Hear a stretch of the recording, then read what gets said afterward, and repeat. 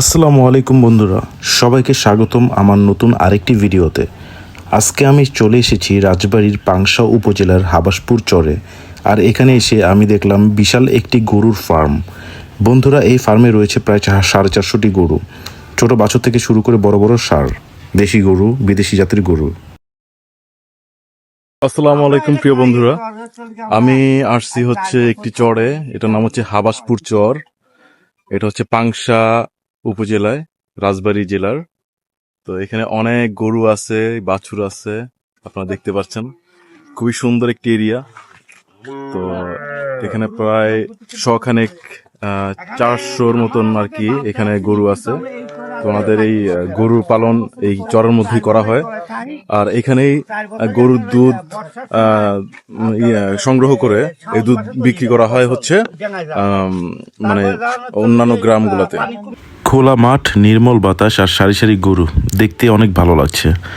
এত বড় একটি ফার্ম পরিচালনা করা কিন্তু সহজ কাজ নয়। প্রতিদিন সকাল থেকে রাত পর্যন্ত এখানে কর্মচারীরা গরুগুলোর দেখাশোনা করেন। চর এলাকা, বালির মধ্যে, এগুলোতে এখানে তো ধরেন অনেক সাপ টাপ থাকতে পারে। সাপের কোনো ইয়া পাইছেন? মানে বহু সাপেরই পাইছি আমরা। সাপ ধরেন 5, 6, 3, 8, 9, 10, 15, 16, 17 পরিমাণ পাইছি। এত বড় সাপ এই চরে পাই নাই।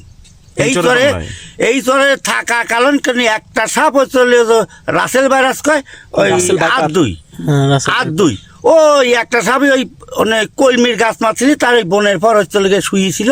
আমার রাখাটা রাতে ওই বাড়ি শুয়ে ঘুমাইছিল, বাড়ি মারতে ফাইল দিয়ে পড়ি মারি পানে চলে গেছে। ওই একটা সাপই ছোট, আর কোনো সাপই পানে, কিন্তু সাপ আমরা পরিচিত দেখেছি।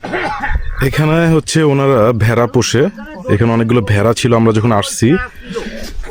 তো এই সময়টা হচ্ছে ভেড়া ছিল। তো আমরা আসার পর হচ্ছে ওনারা এই ভেড়ার পাল, গরুর পাল, এগুলো নিয়ে ওনারা সাইডে গেছে এগুলোকে খাওয়ানোর জন্য।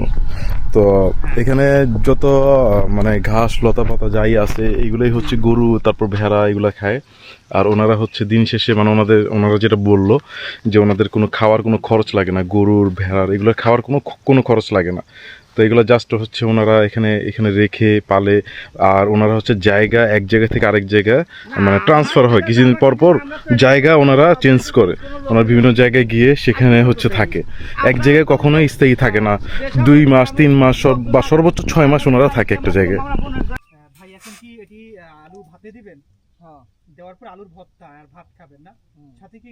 সেখানে আমরা কিছু ঘোড়ার গাড়ি দেখেছিলাম, যেখানে চরের এক প্রান্ত থেকে অন্য প্রান্তে মানুষ ঘোড়ার গাড়ি দিয়ে যাতায়াত করে। সেই পুরনো দিনের বাহন ঘোড়ার গাড়ি। মাটির রাস্তা ধরে ধীরে ধীরে এগিয়ে যাচ্ছে গাড়িটা, আর তার সাথে যেন ফিরে আসছে হারিয়ে যাওয়া গ্রামের স্মৃতি। একসময় এই ঘোড়ার গাড়ি ছিল মানুষের ভরসা। হাটে যাওয়া, বাজার করা কিংবা দূরের গ্রামে বেড়াতে যাওয়ার জন্য মানুষ ব্যবহার করত এই গাড়ি। আজ আধুনিকতার ভিড়ে সেই দৃশ্য খুব কম দেখা যায়। চরের খোলা বাতাস, চারপাশের সবুজ প্রকৃতি আর ঘোড়ার টকবক শব্দ, সব মিলিয়ে জায়গাটা যেন এক অন্যরকম শান্তির অনুভূতি দেয়। শহরের ব্যস্ত জীবনে এমন দৃশ্য সত্যিই মনকে ছুঁয়ে যায়। হাবাসপুর চরের এই সুন্দর মুহূর্তগুলো হয়তো ক্যামেরায় পুরোটা ধরা যায় না, তবে বাস্তবে এর সৌন্দর্য অনুভব করলে মন অনেকটা ভালো হয়ে যায়। আমরা হেঁটে যাচ্ছি এই চরের মাঝখান দিক দিয়ে। এখানে হাঁটা খুবই কষ্ট, কারণ হচ্ছে বালিতে হাঁটলে পরে পা স্লিপ করে কিছুটা, তো যার কারণে খুব বেশি শক্তির প্রয়োজন হয়। এখানে আপনারা দেখলে বুঝতে পারবেন যে পুরোটাই হচ্ছে চর, পুরোটাই হচ্ছে আপনার খুবই মানে ক্লান্তকর মুহূর্ত যেটাকে বলা হয়।